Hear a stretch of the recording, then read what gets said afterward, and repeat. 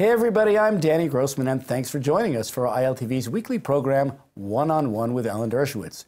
We want to give you, our viewers, the chance to have your questions answered by Professor Dershowitz, one of America's greatest legal minds. He's a leading expert on criminal and constitutional law, civil liberties, and the Arab-Israeli conflict. Hi, Professor Dershowitz, and thanks for joining us. Hi, thank you. Okay, well, Professor Dershowitz, we are honored and delighted to have as your special guest today United States Ambassador David Friedman, who brings the same dignity, leadership, and intelligence to his diplomatic position as he displayed throughout his legal career. Ambassador Friedman was the first bilateral ambassador to be confirmed in the Trump administration early in 2017. Prior to his appointment, Ambassador Friedman was a nationally ranked top attorney and a founding partner of Kasowitz, Benson, Torres, and Friedman of New York. He and his wife, Tammy, have been married 37 years and have 5 children and 7 grandchildren. Welcome, Your Excellency. Thank you so much, Danny. Hello, Professor. How are you? Thank you so much for being on. Look, I am so honored to be on Ambassador. I've known him since he was one of the great lawyers in New York, in one of the greatest firms. I had the privilege of working with some members of his firm on some matters, and when he was appointed, I knew that we had the best possible person in place. He has the ear of the president, the trust of the president, the interest of the United States deeply at heart, and also somebody who's had a long history of support for Israel and the Jewish people. I cannot imagine a more effective or better ambassador. And thank you so much for joining the show. Well, thank you, Professor, and your words are very kind. And I think all of us who support Israel owe you a great debt of gratitude for the extraordinary work that you do every day, both in your advocacy and in your incredible collection of books making the case for Israel every day. So thank you also so much. Thank you. Okay, so let's get started. Ambassador Friedman, can you walk us through the challenges you face as the Trump administration gears up in its efforts to bring about a negotiated settlement between Israel and the Palestinians, or as referred to, the deal of the century? Well, you know, there's 7 or 8 core issues that have been on the table since there's been a table. And we have to find sort of the right spot to land in all of them, because what we are trying to do for the first time is to actually address these issues instead of kicking the can down the road to another administration, another diplomat. Within that basket of issues, the one that keeps me up at night and I struggle with the most is the issue of security, because security is literally life and death. It's not symbolic, it's not emotional, it's truly keeping people safe, which is the core responsibility of any democratic government. And so what I look at as the critical issue is to make sure that where Palestinian autonomy and Israeli security intersect, that if we're going to err, we're going to err on the side of Israeli security, because ultimately without that, we don't see a future for any negotiations. And I work on that, you know, to some extent. I've been working with the Palestinians, trying to help them to understand just what type of an existential risk it would be to Israel if the West Bank became another Gaza Strip. We can't let that happen, not for Israel, not for the Palestinians, not for the entire region. So that is, I think, the challenge that we struggle with the most, and we think we are making progress on that. I do think that the basic point that has to be made is that Israel's security is essential, first and foremost, to Israel, but it's also essential to the viability of any kind of a democratic Palestinian state, to the security of Jordan, to the security of Egypt, to the security of the Arab states in the region, the Sunni Arab states in the region, to the security of the entire region vis-a-vis Iran. And so Israel's security, though more important to Israel than any other country, is essential to the security of the surrounding Sunni Arab countries. And what's interesting about that is, and again, I completely agree with the professor, but that's not just something we assume to be true. It's something we now know to be true, because we have these conversations with players in the region, and all of them agree, whatever we do, we cannot in any way destabilize Israel, because Israel does so much to maintain order in a very, very turbulent region. But I have to add one thing. Israel is doing a good enough job destabilizing itself at the moment that it really doesn't need the help of the Arab countries. And I would hope also, this is not your role, Mr. Ambassador, but Israel can do a great deal to help its own stability internally. It's having so many problems within its own country.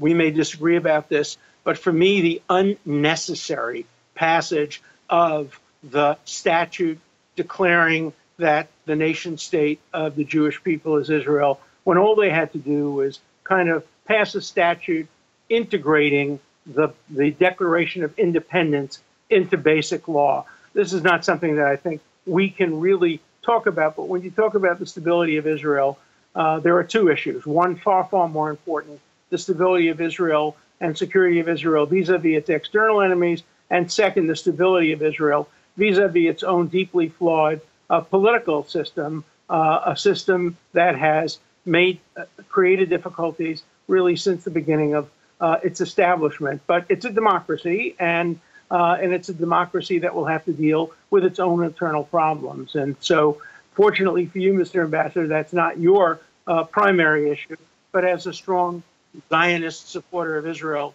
it's an issue I care deeply about as well. Well, I completely understand your commitment to Zionism and to Israel. On this one, I probably would tend to disagree with you. I certainly understand your point of view. And again, it's not my job to interfere with the Israeli internal political system, and I try not to. But as you have, I've read that statute. I think it says a lot less than what it has been reported to say. And I agree. And the other thing I would say is, look, I think every nation is entitled to its own politics. Israel is not. Israel is just not any more immune from political considerations than any other country. And so, I agree. And so I sort of understand where this law came from. And I take the government at its word that where the Chok HaLaum, the nation-state law, where that conflicts with the law, the basic law of human dignity, I think we all expect the basic law of human dignity to triumph if there were a conflict. But again, I hope there isn't one. Let me ask you, Ambassador, you talk about partisan politics. Let's talk about partisan politics in the States, because those have become really something which cloud any discussion of U.S. foreign policy, particularly regarding Israel. Now, Alan, perhaps you'd like to share some of your thoughts with us with an eye towards what we can do to foster a more consensual base that will help the U.S. administration in its efforts to feel free about moving the peace process forward. And Alan, you can talk about rifts between Republicans and Democrats, American and Israeli Jewish communities, whatever. But I'd like your take on that. And of course, Ambassador, I'd like yours as well. Well, I do think that we're beginning to see a breakdown, potentially, of the two-party consensus in support of Israel. We're beginning to see within the Democratic Party young, leftist, often socialist, radical people who, for the first time, according to a report in the New York Times the other day, are trying to move the Democratic Party away from support for Israel. I'm not talking about away from support for the Netanyahu government or any particular policy, but generally away from support for Israel. These are people who support the BDS movement. People ask me all the time, how can I remain a Democrat when the Republican Party is so much more supportive? That's why I have to remain a Democrat. I have a very hard job to do, to try to keep the Democratic Party strongly supportive of Israel and to keep the consensus in support, bipartisan consensus in support of Israel. But it's an issue that the Israelis, the American Jewish community, the Christian Zionist community all have to face today. Well, Ambassador Friedman?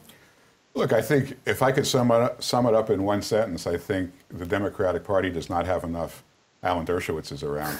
And I'm not just looking to pay you a compliment, I'm being serious, because here with Professor Dershowitz, I would bet if you ran down a list of 10, 15, core issues, we probably disagree on more than half of them. But I have great respect for his intellect, and I have great respect, more importantly, for what's in his heart. He wants what's best for Israel, and so do I. And I think that in that environment of mutual respect and appropriate civil conversations among smart people, you get to a good outcome. It's really not an insoluble problem, but the volume is so high, the shrillness is so difficult to break through, and it's becoming an illness that is really plaguing, I think, American society, more so even than what I see in Israel. And Israel is a very partisan country. But I don't see, or I see sort of disintegrating to a certain extent in the United States, some of the core civility that is essential to have a decent conversation. And we need more people like Professor Dershowitz on college campuses that are receptive to views with which they disagree. You just don't see that as much on the left. The right is, plenty of sins on the right as well. But one point I just want to make, I'm sure that Professor Dershowitz and I are in violent agreement upon. We have to do everything we can to make sure that American support for Israel is bipartisan. We cannot use this as a political wedge issue. We have to reach out, in my case, certainly to the people that don't agree with me. And I know that Professor Dershowitz does the same. We have to focus on the things that we agree with. We have to focus on common values. I spoke at a fairly left-wing event the other day, and I said, look, you and I probably disagree on more issues than we agree on, but what do we agree with? We agree that Israel is a miraculous nation. We agree that Israel, relative to its neighbors, provides extraordinary human rights given the security challenges that it faces. Perfect? Certainly not. But on a relative basis, which I think is the way every country needs to be judged. Israel is not Finland. It's not Costa Rica. I mean, everything is a little different. There's a lot to be proud of in Israel. And even if you want to, you don't support the government, that's fine. Lots of people don't support. People in Israel don't support the government. But there is such a core upon which we can agree. It's a shame that we're focusing on the differences. Well, I agree with you completely. And, I call it making the 80% case for Israel. When I speak on college campuses, I say, let's agree on 80%, then we can have the 20% disagreement. That's what democracies are all about. But what we have to avoid is what is now going on in England, where we may have a referendum on Israel in the next parliamentary and prime ministership election with the Labour Party headed by a bigot named Jeremy Corbyn, standing poised potentially to become the first seriously anti-Israel prime minister of a strong American ally. And we just cannot afford to see that phenomenon spread to other countries, and most particularly to ever spread to the United States, where a presidential election will ever be a referendum on Israel. Because there's one thing about a referendum in a democracy, sometimes you lose. And we could not afford to lose a referendum over American support for Israel.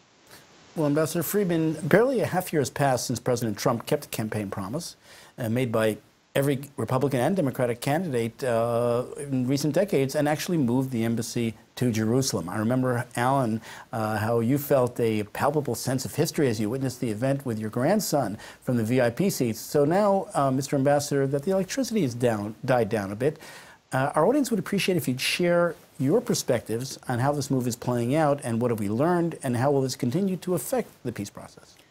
Well, first of all, thank God, notwithstanding all the predictions of the world coming to an end, we're still here. The world didn't come to an end. And by and large, with some notable exceptions, primarily along the Gaza Strip, which was violent that day and would have been violent that day regardless, and was violent in the past and continues to be violent. The world accepted it as a legitimate decision by one sovereign nation to accept the capital of another sovereign nation. And life moved on, and we've spoken to ambassadors and leaders throughout the world, and we're finding a high level of respect for the decision. I think there'll be more. I think there'll be more over the next 18 months. It was a great message for the president to send in the current environment, because what he said is, number one, I'm going to keep my promise. Number two, my word is something that people should listen to very carefully. And number three, when it comes to rogue nations or bad actors threatening us and telling us what we can or can't do, it's all noise and it doesn't play into my thinking. And the Jerusalem decision was relatively small next to Iran or next to what we're facing in North Korea, but it was a message that I think reverberated throughout the world, and I think put the president in a very good position vis-a-vis the challenges that we face around the world. I agree completely. I think it was a brilliant diplomatic move. I also think it was the perfect response to the Obama administration's malicious decision to declare that the Jewish holy places in Jerusalem were illegally occupied when the Obama administration, as a parting gift and as an act of rage, really against Prime Minister Netanyahu, allowed the Security Council resolution of December 2016 to pass. It was that changed the status quo of Jerusalem and made peace much more difficult. It'd be very, very difficult for Israel to negotiate to try to get back the Kotel, to try to get back the access roads to Hebrew University, to try to get back the Jewish quarter. So I think the decision to recognize Jerusalem as the capital offset the negative of the 2016 Security Council resolution and made it easier now to try to negotiate about Jerusalem. As the president has said, this doesn't preclude the possibility of some kind of Palestinian capital under the right circumstances in Jerusalem as well. Jerusalem is a large and diverse city. So I think my own sense, it was a win-win from every point of view. I'm proud to have supported the president on that issue. I'm proud to have answered his questions when he actually asked me for some ideas before he did that. And I think he did absolutely the right thing with the help and the assistance of the ambassador. I know who pressed for that very hard. So I think it was a brilliant move with almost no downside. And we were delighted to host you there for what was, I'm sure you'll agree, a great ceremony. UN Ambassador Nikki Haley's recent announcement resigning from her post at the United Nations gives us an opportunity to reflect on her achievements, not only in reforming UN operations, but exposing the hypocrisy of its knee-jerk condemnations of Israel and her speaking out against dictatorships in Iran, Syria, Venezuela, and Cuba, etc. It's a bit soon, but still we'd like, Ambassador, to hear your thoughts on what she's accomplished. And you know what, Alan, let's start with you first.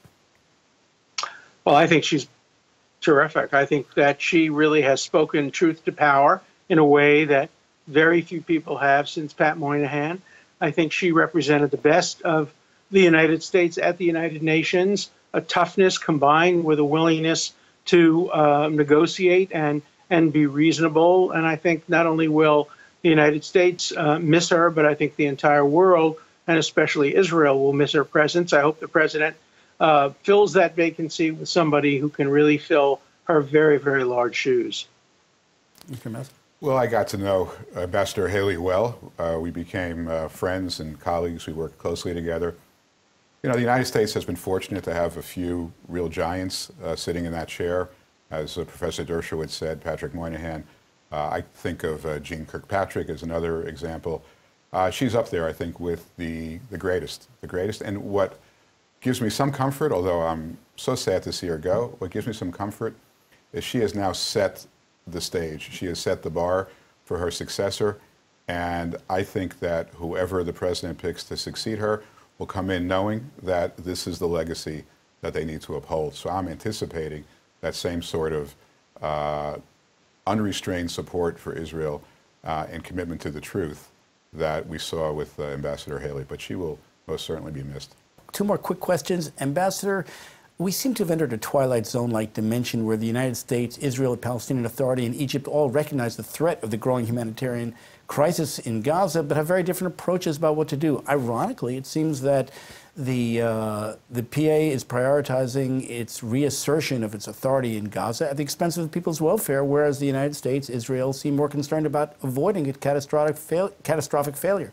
So, and Hamas, for its part, seems even more militant. So what can be done to put out the fires, literally, and lead us to a less destructive course? Well, it's interesting. I think that Israel, Egypt, and oddly enough, Hamas at this point all want to avoid a war. We've seen this movie enough times to know it doesn't end well for anybody. And the easiest way to get things quiet, a little bit more quiet, is to just get the electricity going, get 4 or 5 more hours a day of electricity. That will be tangibly felt immediately, and I think will bring down some of the risk there. Who's stopping it? The PA. It really makes no sense to me for Abu Mazen, who proclaims a desire to reunite under a common flag. I think he says one flag, one gun when it comes to the PA in Gaza. And what he's doing, I think, is accomplishing exactly the opposite, because in order to achieve humanitarian relief in Gaza, you need to bring in money, and hear also from Qatar, because that's really the only source available. The Qataris come in, give money to Hamas, and you're empowering Hamas at the expense of the PA. It's bad for Israel. It's bad for the PA. I don't understand at all his strategy. Well, I do not support what Qatar has been doing. I strongly oppose many of the things that Qatar has done over the years, including the support for the most radical Al Jazeera, the failure of Qatar to comply with its promises to try its best to return the bodies of Israeli soldiers, and the unwillingness of Qatar to impose the most stringent conditions that it could on the receipt of money by Hamas. I think Qatar could play a more effective role. It's in a difficult position, stuck between Iran on the one hand and the boycotts of the other Sunni Arab nations on the other hand. But I think it can do play a much more constructive role in its relationship to trying to solve the humanitarian crisis in Gaza. Mr. Ambassador, while a lot of attention has been centered on a deal with Palestinians, perhaps a much greater issue is the way the Trump administration has delivered on yet another promise and reset the administration's approach towards halting Iran's nuclear aspirations. Now, we'd like to hear your evaluation on what has been done and where we're heading. And I appreciate the question, because I should just point out that whatever happens on the Palestinian front, it doesn't reduce a single rocket from the north in Hezbollah or in Syria, nor does it reduce the Iranian threat. So Israel's got other things it has to pay attention to, obviously, to a certain extent much more serious. Look, we think the sanctions are starting to work, and the sanctions have not really begun to kick in at the full level. Many countries that do business with Iran will have to make a choice, and are starting to make a choice the right way, whether to do business with Iran or with the United States. We have a massively larger economy. Countries that are still on the fence, the companies, the businesses within those countries are already starting to vote with their feet in terms of they recognize the challenges of doing business with Iran. So as these sanctions continue, we're optimistic. We're really optimistic, but it's obviously too soon to tell, and we need to be extremely tough on these sanctions. And I think we have to acknowledge that the Iranian people themselves could end up being friendly to Israel. They are an oppressed people. They are oppressed by a regime which is increasingly unpopular, not only for economic reasons, but for political and ideological and religious reasons. And the United States has to keep the pressure on to make sure that if there is an indigenous movement toward any kind of regime change, that we're on the right side and certainly not on the wrong side, as we have been in the past. So thanks, Professor, for your time. And of course, I'd like to thank our guest, Ambassador David Friedman. If you'd like Professor Dershowitz to answer your questions, go to our iltv.tv or our Facebook page and submit them. And we'll see you again next week. Thank you. Thank you. Thank you.